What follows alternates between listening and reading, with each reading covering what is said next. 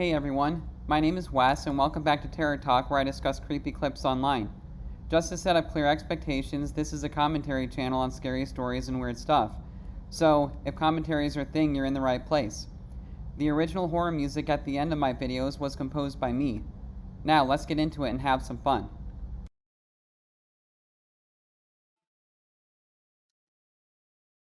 When I was in college, I worked part time overnight shifts at my parents' 24/7 laundromat. It was just some dinky place on the edge of town. The building I had always found surprisingly creepy for what it was. Something about the place being really old and the machines constantly humming in the background was just unsettling. Doesn't that sound like a terrible job working overnight at a laundromat? Like, my god.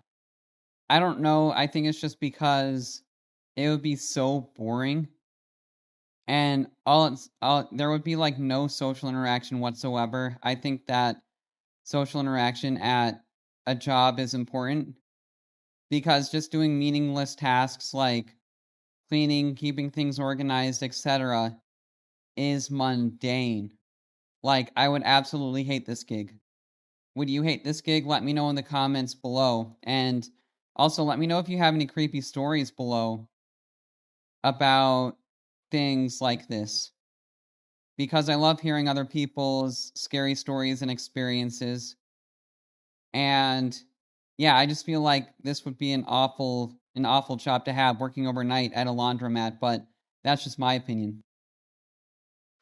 I still thought it was better working at a place my parents owned over anywhere else, though. This was a Friday, which was the only day I worked a full overnight shift from 10 p.m. to 6 a.m. I took over from my dad, who left me some snacks in the back room and told me the usual to call and wake him if I needed anything. There were still a few customers trickling in for the next hour, so I stayed behind the counter and made sure it all ran smoothly. By midnight, everyone was gone and all the machines were left empty. I waited behind the counter for another 15 minutes, just sitting on my phone and waiting a bit longer before doing any of the cleaning tasks. But during that time, a customer walked in. I looked up and was pretty confused. He had nothing with him, like no clothes or laundry of any kind, and he had a thick hoodie with the hood over his head and hands in his pockets. I said hello, but he didn't look at me or say anything back. He just walked in and slowly made his way through the aisles of washers and dryers, kind of looking around, I guess, before going back to the entrance and leaving out the doors. I couldn't help but watch him as he left and walked out into the parking lot. He didn't get into any car or anything. He just crossed the street and went out of sight. It's not every day someone walks into a laundromat in the middle of the night for no reason. Yeah, that's kind of weird, the way the guy was dressed and just his overall behavior. Wouldn't you be spooked out by that? Because I would definitely kind of be spooked out by that. Because it's like, what's the purpose of that? Like, what's he planning? That kind of behavior is definitely not usual, right? And just walks around. I guess he didn't technically do anything wrong, but I felt really weird about it. Being alone in there definitely didn't help. I think if other customers were inside, I would have felt safer for sure, and maybe not even noticed anything. With nothing to do about it, though, I just started doing my cleaning tasks. As I cleaned, the only reason I could think of for that guy coming in and walking around was that maybe he was looking for a lost clothing item that he might have dropped earlier in the day. It was a stretch, considering the obvious thing to do would be to ask me if I had seen it, but he didn't. That's pretty much all I thought about for the next 20-ish minutes as I walked around and cleaned off all the counters and tidied up the place.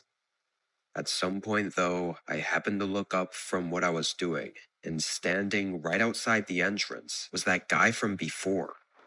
I almost didn't even realize it was a person behind the glass because he was wearing all black, and of course, it was dark outside. By the time I did and recognized him, he had started walking away already. How long was he standing there watching me for? After a few moments, I went up to the door and got as close as I could to look down the storefront, but the guy was already gone. I couldn't even see where he went.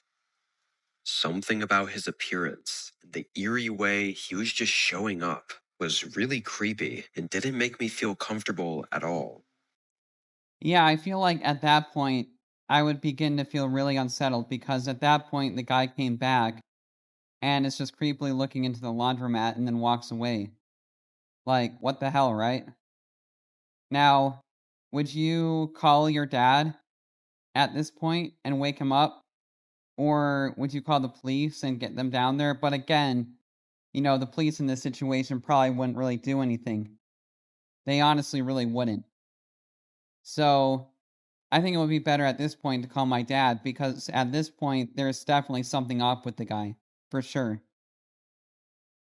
I thought about calling my dad, but I would have felt horrible waking him up and having him take over my shift just because of some guy I thought was slightly suspicious.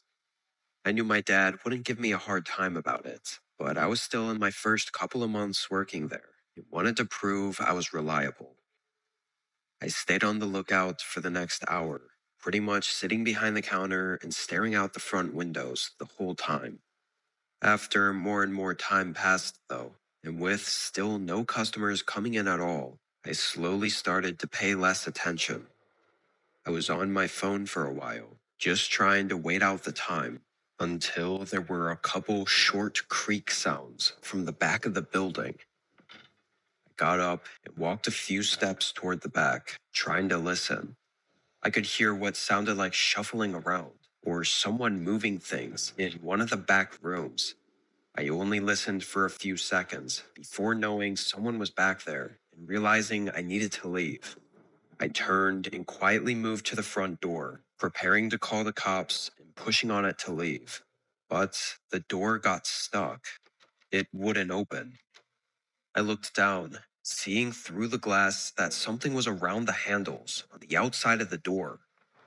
I immediately realized that that's what the man was doing outside the building when I saw him standing by the door watching me. My whole body filled with panic. There was only one back exit door. I started very quietly stepping closer to the back room, still hearing them moving stuff around back there, but definitely doing so in a careful way, as if they were trying to be quiet about it. When I got to the doorway and looked in, I saw him. His back was facing me as he was searching through some of the boxes on the floor. Then I looked at the exit. This was my chance. I sprinted for the door. The man immediately shifted around and saw me.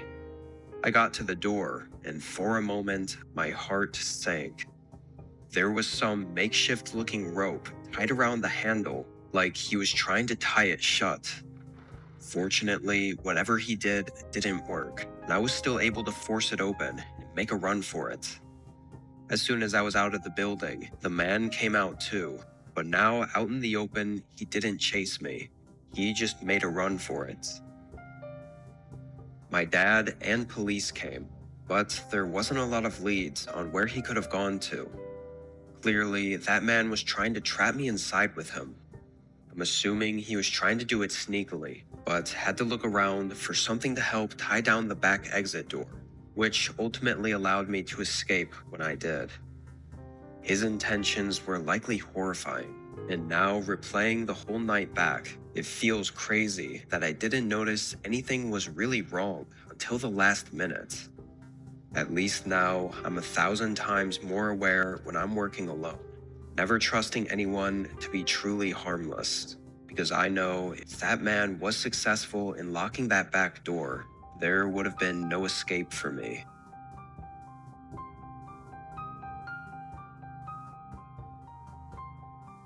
Yeah, I think that's a good lesson to learn. That you just can't trust anyone is truly safe until you get to know them. But what a terrifying situation to be in, right? Like being trapped in that building with that intruder or that robber or whatever you want to call him, and realizing the front door is jammed tight shut. and the back door is almost jammed shut tight too. Because if they hadn't been able to get the door open in the back, they would have been absolutely screwed.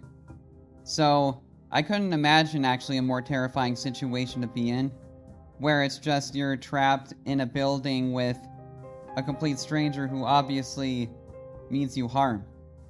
Because you don't know what their intentions are, you don't know what they're going to do, and for them to completely barricade the front and back like that, that would be a terrifying situation to find yourself in. I'm not going to sugarcoat anything here, but that would be truly a terrifying situation. What do you think? I thought this was a scary story, and I hope you enjoyed my commentary and the music, and I will see you in the next video.